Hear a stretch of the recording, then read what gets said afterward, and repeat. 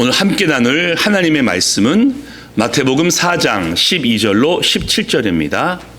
마태복음 4장 12절로 17절 말씀 한 절씩 교독하시겠습니다. 예수께서 요한이 잡혔음을 들으시고 갈릴리로 물러가셨다가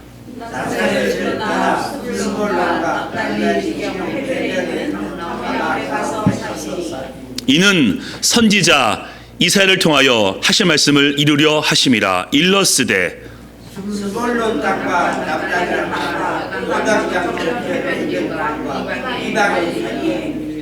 흑암에 앉은 백성이 큰 빛을 보았고 사망의 땅과 그늘에 앉은 자들에게 빛이 비추었도다 하였느니라. 예수께서 비로소 전파하여 이르시되 회개하라 천국이 가까이 왔느니라 하시더라.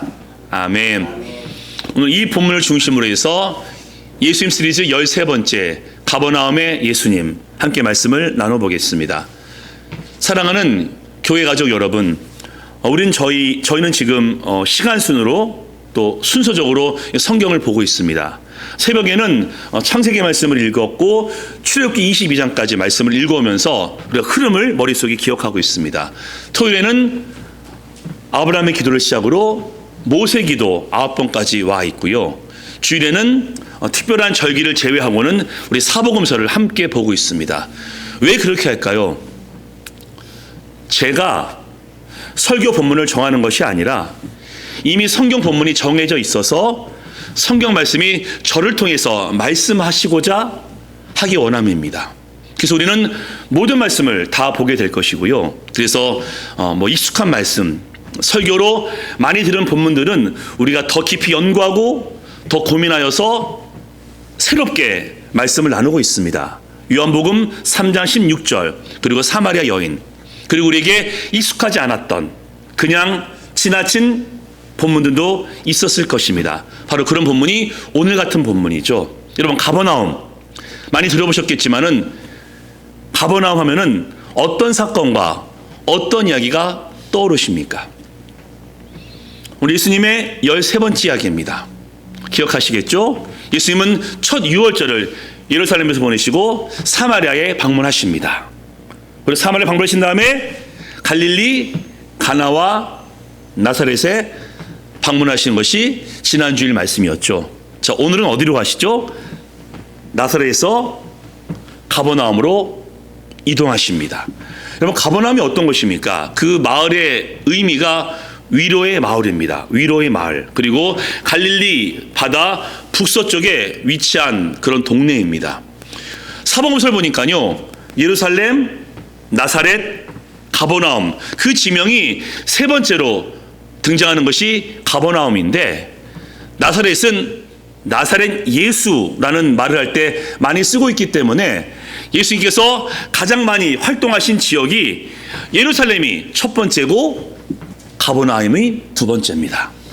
그럼 이 가버나움이 우리에게 어떤 의미가 있는지 세 가지로 말씀을 나눠보려고 합니다. 첫 번째입니다. 우리는 가버나움에 살고 있습니다. 자, 말씀 있습니다.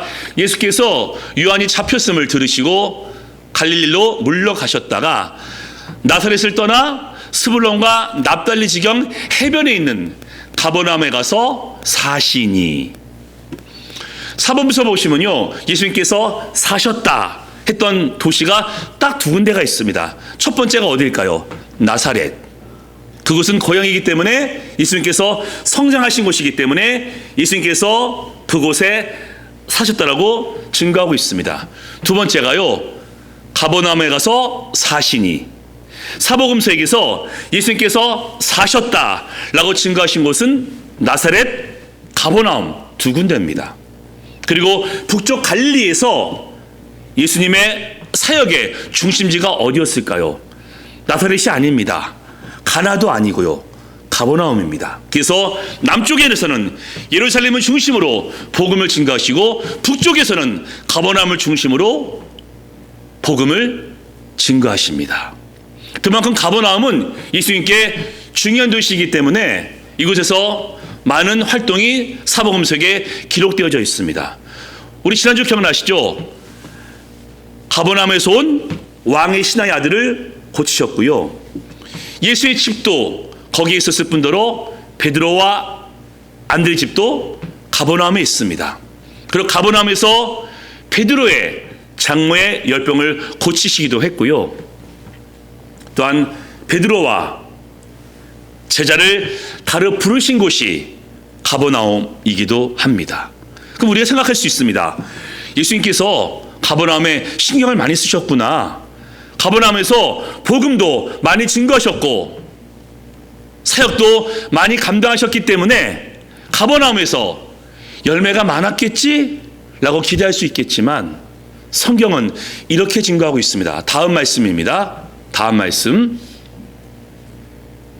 예수께서 권능을 가장 많이 행하신 고을들이 회개치 아니하므로 그때 책망하시되 가버나움아 내가 하늘에까지 높아지겠느냐 음배까지 낮아지리라. 내게 행한 모든 권능을 소돔에서 행하였더라면 그 성이 오늘까지 있었으리라. 뭘 의미하고 있습니까? 가버나움에서 많은 권능을 행했지만 기대한 만큼 회개하지 않았다는 것입니다. 예수님께서 회당에서 복음도 많이 증거하셨고요. 로마 백부장의 하인 고치신 것도 가버나움입니다. 백부장이 말씀만 하옵소서 라고 청했고 예수님께서 이스라엘 가운데 이만한 믿음이 없다라고 칭찬하신 것이 바로 가버나움입니다. 그 4명이 한 중풍병자를 메고 왔고 그 병자를 고치시고 구원하신 것도 가버나움이고요. 더러운 귀신을 쫓아내신 것도 가버나움이고 유명한 말씀이죠. 가버나움에 오시다가 바다에 풍랑이 일었고 그 풍랑이를 걸으신 것도 바로 가버나움입니다. 그렇게 많은 권능과 기적을 행했음에도 가버나움은 회개하지 않았기 때문에 소돔에서 행하였더라면은 소돔이 회개했을 텐데 라면서 예수님께서 한탄하고 있는 지역이 가버나움입니다. 그래서 구약에서는 불순종의 대명사가 소돔이라면은 신약에서는 불순종의 대명사가 바로 가버나움입니다. 우리가 그 가버나움에 살고 있습니다.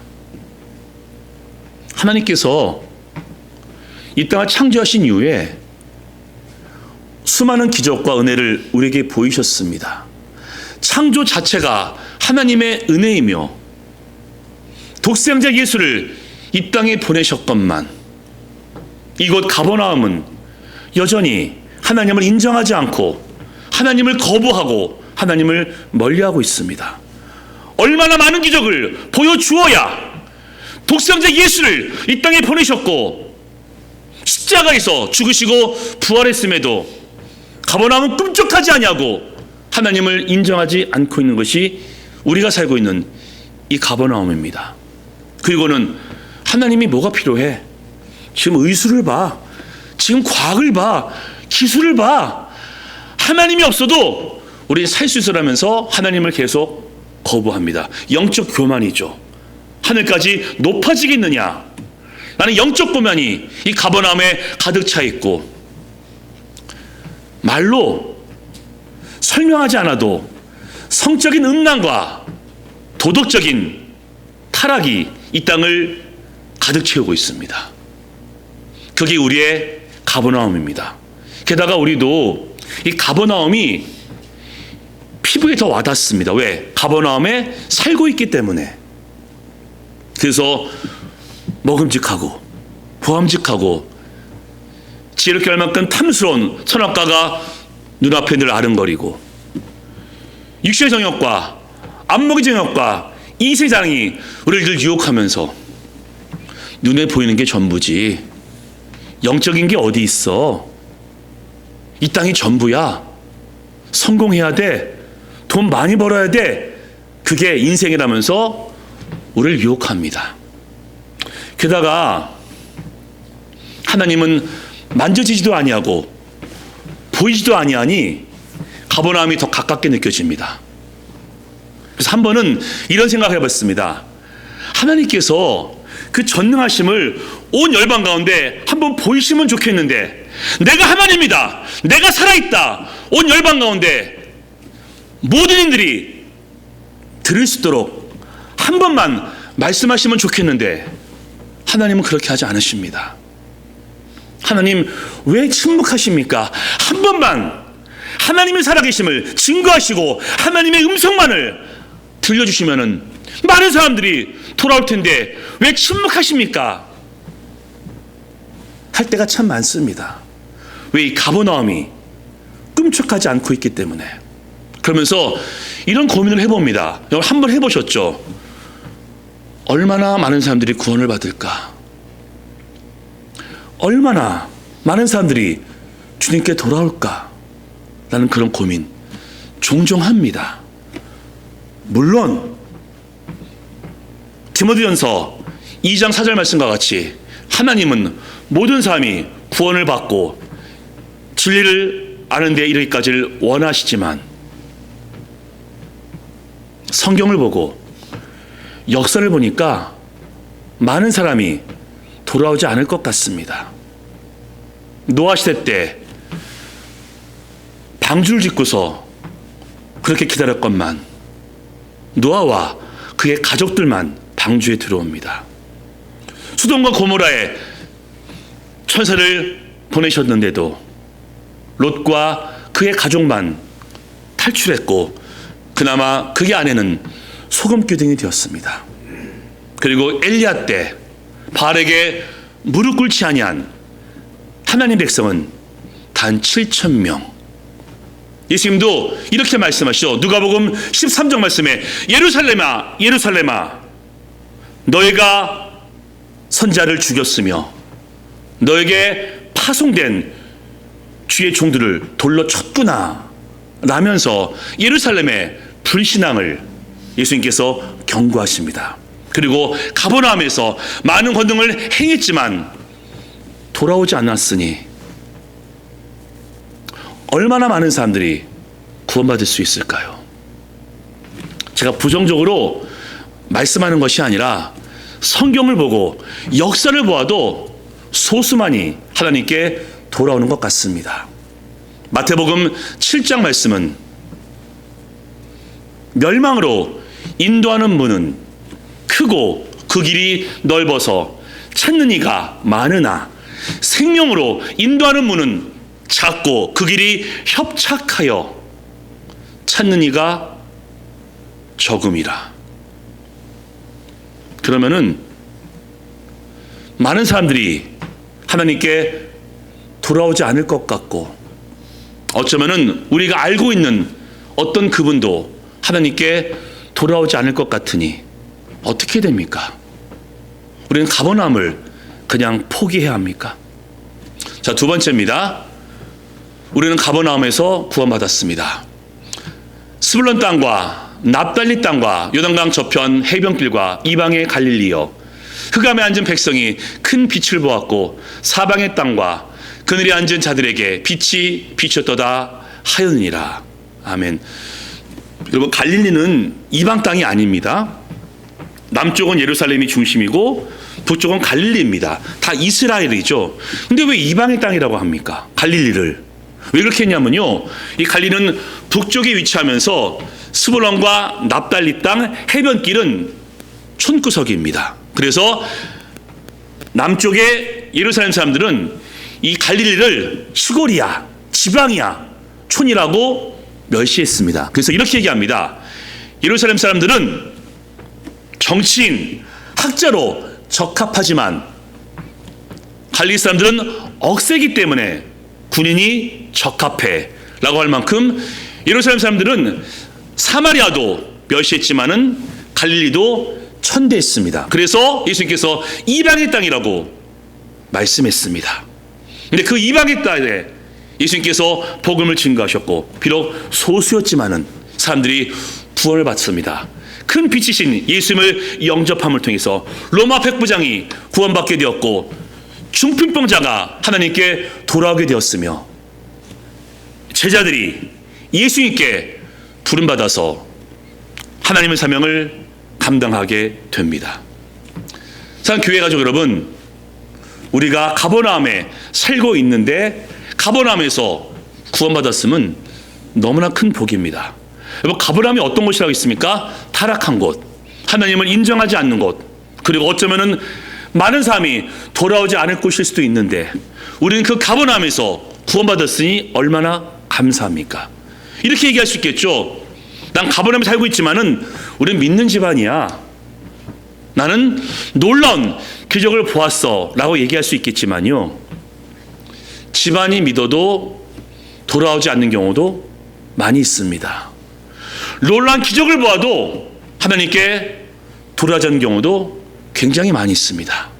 근데 우리는 그러한 가버나움에서 구원받았으니 얼마나 감사하고 얼마나 감격된 일입니까? 어쩌면 우리도 가버나움의 타락 가운데 휩싸여서 죄인으로 평생을 보내다가 멸망에 이를 수 있었지만은 하나님의 은혜 가운데 이방인 우리에게도 복음의 증거됨을 통해서 구원받았으니 우리는 감사하시고 또 감사하셔야 됩니다. 무엇보다 어둠 가운데 있는 그 가버나움에 빛이 비추었는데 우리는 그 빛이 무엇인지 깨달을 수 있었습니다. 세상은 얘기하죠. 뭐가 빛이야?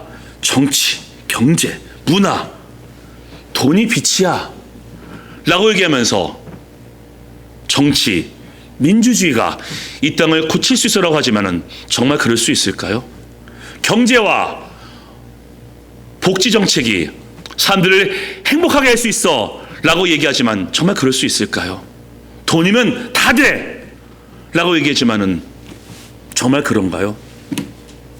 가장 근본적이며 가장 기본적인 것이 해결되어야 정치도 경제도 물질도 효과가 있는 것인데, 가장 근본적이며 가장 기본적인 빛을 깨닫지 못하면서 엉뚱한 데서 빛을 찾고 있는 것이 이 가버나움입니다.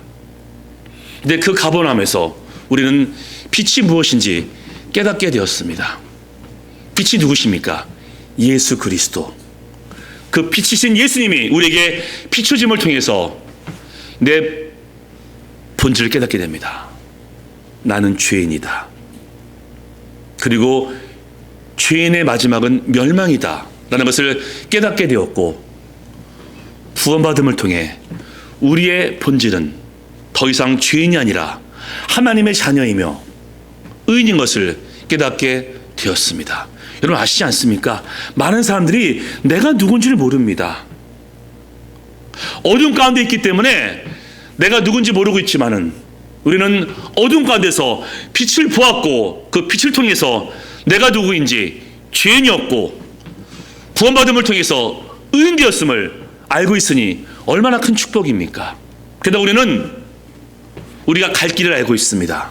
우리가 어둠 가운데 있었으면 여전히 죄악 가운데 범죄하며 세속적으로 살았을 터인데, 빛이신 예수님을 깨닫게 됨을 통해서 음행과 더러움과 수치와 탐욕과 헛된 말과 희롱의 말과 어리석은 말을 다 버리고 모든 착함과 진실함과 선함을 행하는 빛의 자녀가 되어서 살 수 있으니 얼마나 큰 은혜입니까? 게다가 우리는 빛이신 예수님을 통해 우리가 갈 곳을 알고 있습니다. 우리가 끝까지 어두운 가운데 살았으면, 가버나움에 머물렀으면 우리 심판받아 멸망할 수밖에 없었을 터인데, 이제 죽음을 이기고 우리는 천국이 있음을 확신하고 있으니 얼마나 감사합니까? 빛이신 예수님을 통해 내 본질을 알게 되었고 내 삶의 이유를 알게 되었고 갈 곳도 정해져 있으니 얼마나 감사한 일입니까? 물론 어떤 때는 내 마음대로 살고 싶을 때도 있습니다. 내 마음대로 살고 싶다. 근데 여러분 아시지 않습니까? 과거에 하나님이 없었던 그때 너무 끔찍하지 않았습니까? 하나님과 함께하지 않았던 그 옛날로 돌아가고 싶으십니까? 아니시죠. 게다가 상상만 해도 우리는 알 수 있습니다. 내가 죄인인데 어떻게 살겠습니까? 죄악, 멸망, 죄 싹은 사망이고, 게다가 이건 저의 얘기할 수 있습니다. 하나님을 믿고 있는데도 이렇게 부족하고 이렇게 실수하고 이렇게 흠이 많은데 빛이신 예수님을 알지 못했더라면 제가 어찌 샀을까 상상만 해도 정말로 끔찍합니다. 근데 우리는 가버나움에 살고 있으면서 빛이신 예수님을 알게 되었고 그분 때문에 내가 누구인지 깨닫게 되었고 내 삶의 목적이 무엇인지 알게 되었고 우리가 갈 곳이 정해져 있음을 천국임을 알게 되었으니 이 얼마나 감사합니까? 그래서 다시 한번 우리가 가버나움에 살고 있지만 이 가버나움에서 구원받았음을 감사하시고 감사하기를 주님의 이름으로 축복합니다. 아멘. 그러면 이 가버나움에서 우리는 무엇을 해야 됩니까? 아까 처음 말씀처럼 그 가버나움을 포기해야 됩니까? 하나님께 돌아오지 않을 것 같으니까 그냥 포기하고 나는 구원받았으니까 나는 잘 살면 되는 겁니까? 여러분 그렇지 않죠. 세 번째입니다. 우리는 가버나움에서 복음을 증거해야 됩니다. 이때부터 예수께서 비로소 전파하여 이르시되 회개하라 천국이 가까이 왔느니라 하시더라. 아멘. 복음을 비로소 증거하십니다. 여러분 이미 예루살렘에서 복음 증거하셨습니다. 성전에서 예수님의 십자가 부활을 예고하셨고 니고데모에게 요한복음 3장 16절 복음을 증거하셨고 사마리아인에게도 내가 주는 물을 마시는 자는 영원히 목마르지 아니할 것이라고 이미 복음을 증거하셨습니다. 그리고 갈릴리에서 공적인 사역을 가버나움에서 시작하십니다. 복음을 증거하심으로. 복음이 뭡니까? 회개하는 거죠. 내가 죄인임을 인정하고 주님께 돌아오는 것이 첫 번째 복음 회개이며 천국을 내가 소유하는 것입니다. 천국이 가까이 왔다. 예수님이 이미 왔음을 선포함을 통해서 천국이 임했음을 선포하셨고 그 예수를 믿는 자는 이미 천국을 소유했고 영생 가운데 천국에서 살 수 있음을 예수님께서 복음으로 증거하셨습니다. 이 복음을 우리가 증거해야 됩니다. 여러분 많이 들으셨죠? 교회 다니시면서 복음을 증거합시다. 들으셨죠? 많이 알고 계시죠? 근데 왜 주저할까요? 복음을 증거하는 것이 조금 쑥스럽습니다. 가까운 사람에게 친구한테 복음이 이것이야 라고 말하는 것이 참 쑥스럽기도 하지만 더 큰 이유는 복음을 증거했을 때 별로 열매가 없는 것 같습니다. 여러분 어떠십니까? 여러분이 평생 얼만큼 복음을 증거했는데 얼마나 많은 분들이 우리의 복음을 듣고서 돌아오셨습니까? 몇 분 있으신가요? 복음이 증거되었을 때 좀 반응을 하고 돌아오면 좋겠건만 돌아오는 자가 거의 없는 것 같습니다. 그래서 풀이 죽어서 복음 증거가 점점 주저가 됩니다. 오히려 복음을 증거했을 때 거부하죠. 심지어 무시하기도 합니다. 제가 한국에 있을 때 우리 교회 가족들끼리 노방 전도를 했습니다. 이제 마트에서 복음을 증거했는데 우리 집사님에게 이렇게 얘기했다고 합니다. 예쁜 사람이 왜 이러고 있어요? 라면서 무시했다라고 합니다. 복음을 증거하는데 왜 멀쩡하면서 이걸 하냐면서 무시를 당했다라고 합니다. 여러분 그러지 않을까요? 복음을 증거했을 때 좀 반응이 있고 좀 돌아와야 신나서 복음을 증거할 텐데 아무리 복음을 증거해도 반응하지 않으니 복음을 증거하는 것이 우리의 사명임은 알고 있지만 복음을 증거하기를 우리가 주저합니다. 그래도 우리는 복음을 증거해야 됩니다. 왜 그럴까요? 예수님을 한번 기억해 보십시오. 예수님께서 복음을 증거했는데 가버나움이 돌아오지 않았습니다. 말씀을 선포했고 많은 권능을 행했지만 가버나움이 돌아오지 않았습니다. 그런데 예수님께서 가버나움이 회개하지 않을 것을 모르셨을까요? 아셨습니다. 예수님은 하나님이시기 때문에 소돔과 고모라에게 기회를 주십니다. 하지만 그 소돔과 고모라가 돌아오지 않을 것을 하나님께서 모르셨을까요? 아셨습니다. 아셨지만 천사를 그곳에 보내셨고 아브라함과 이야기를 주고받음을 통해서 의인을 10명까지 낮추십니다. 왜? 그것이 하나님의 마음이기 때문에. 가버나움이 돌아오지 않을 것을 예수님은 아셨지만은 그 가버나움에서 복음을 증거하셨고 많은 권능을 행하셨습니다. 그것이 예수님의 마음이기 때문에. 예루살렘에서 그렇게 많이 활동하셨지만은 돌아오지 않을 것을 아셨고 예루살렘에서 예수님께서 죽을 것도 아셨지만은 예수님 끝까지 복음을 증거하셨습니다. 그래서 우리도 복음을 끝까지 증거해야 됩니다. 게다가 우리는 그분이 구원받을지 구원받지 못할지 우리는 모릅니다. 예수님은 아심에도 복음을 증거했지만 우리는 누가 돌아올지 누가 돌아오지 아니할지 우리는 모르기 때문에 우리는 끝까지 복음을 증거해야 됩니다. 왜? 가버나움에서도 구원받은 자가 있었습니다. 타락하고 예수님께서 경고한 가버나움에서도 돌아온 자가 있었기 때문에 우리는 끝까지 포기하지 않고 복음을 증거해야 됩니다. 요날 기억해 보십시오. 니느웨에서 하루길을 행하면서 말씀을 외쳤지만 그 마음은 니느웨가 회개하지 않는 것이었습니다. 왜? 니느웨는 원수이기 때문에 말씀을 증거했지만은 그의 마음속에는 니느웨가 회개하지 않으면 좋겠다라는 마음이었지만은 니느웨 왕과 12만 명이 금식하며 회개했습니다. 우리가 복음을 증거했을 때 그런 역사가 있을지 우리는 알 수가 없기 때문에 우리 끝까지 믿음 가운데 복음을 증거해야 됩니다. 게다가 기억하십시오.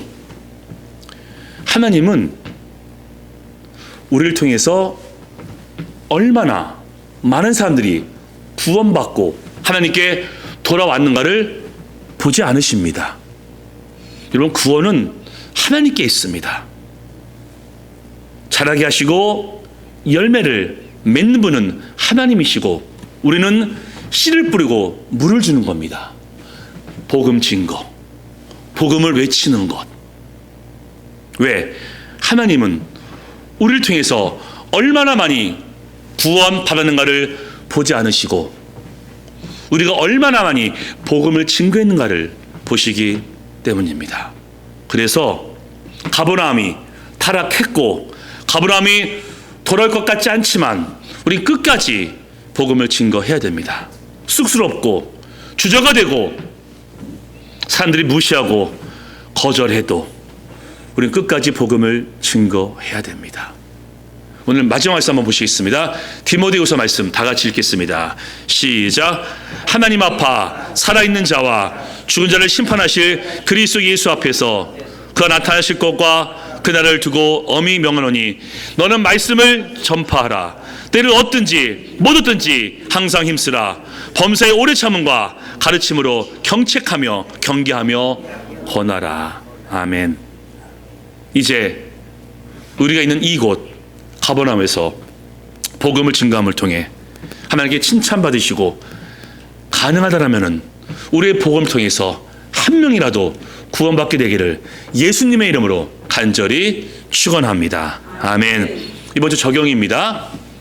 첫 번째 적용 다 같이 읽겠습니다. 시작. 가버나움에서 구원받았음을 감사하자. 큰 선물이며 큰 특권입니다. 다시 한번 감사하시고요. 두 번째 읽겠습니다. 시작. 가버나움에게 복음을 증거하자. 이제 말씀을 마치겠습니다. 가버나움에서 은혜 가운데 우리를 구원하신 하나님께 감사하며 이제 때를 얻든지 못 얻든지 가버나움에게 복음을 증거함을 통해 하나님의 구원이 바로 그 가버나움과 그분에게 있게 되기를 예수님의 이름으로 간절히 축원합니다. 아멘. 우리 한번 기도하시겠습니다. 우리 먼저는요, 가버나움에 살고 있지만은 우리 구원하신 하나님께 감사하시겠고요. 우리는 복음을 증거하고 하나님은 가버나움을 구원하시기를 오늘 말씀 붙잡고 쉬게 치고 우리 한번 기도하겠습니다.